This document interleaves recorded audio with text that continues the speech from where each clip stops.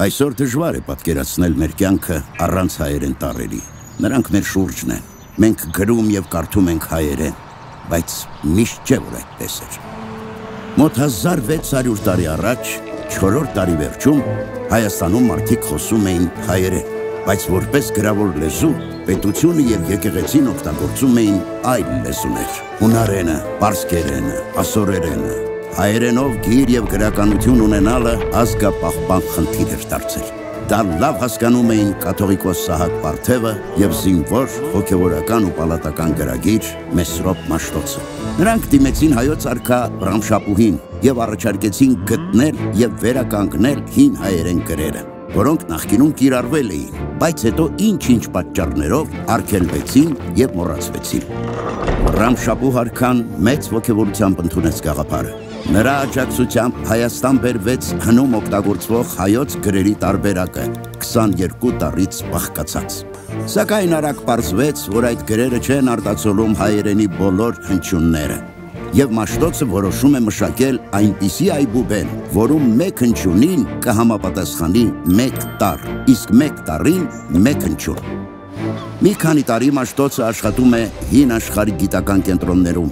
փորձելով բացահայտել գրերի առեղծվածային գաղտնիքը։ Եվ 405 թվականին աստվածային հայտնությամբ նա տեսնում է մի տեսիլք, ժայռի վրա տաճված հայոց գրերի մեծատառերը։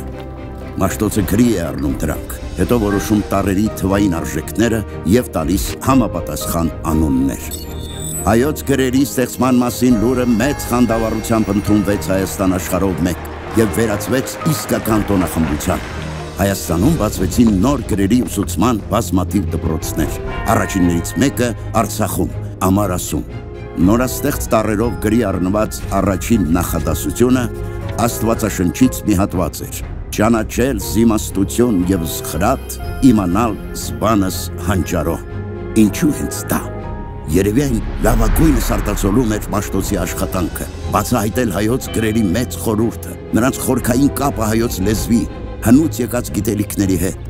36 տարից բաղկացած Մաշտոցի այբուբենը եւ գրային եւ թվային համակարգ էր։ Բացի այդ, այբուբենի միջոցով բացահայտվում, պահպանվում եւ սերունդներին է փոխանցվում հայերենում թաքնված գաղտնի ինֆորմացիան աշխարհի կառուցվածքի մասին։ Մաշտոցյան գրերի ստեղծումից հետո ծաղկեց ամբողջ հայ մշակույթը, կրթությունը, մատենագրությունը, ամրապնդվեց հայ ժողովրդի ինքնագիտակցությունը։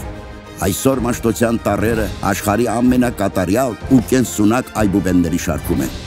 Ավելի քան 1600 տարի գործածվելով հայոց այբուբենը հասել է մեզ առանց փոփոխությունների։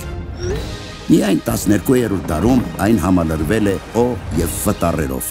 իսկ 20-րդ դարում ավելացել է եւ տառը։ Մաշտոցյան այբուբենը իր պատվավոր տեղն է զբաղեցնում համաշխարհային մշակույթի գանձարանում,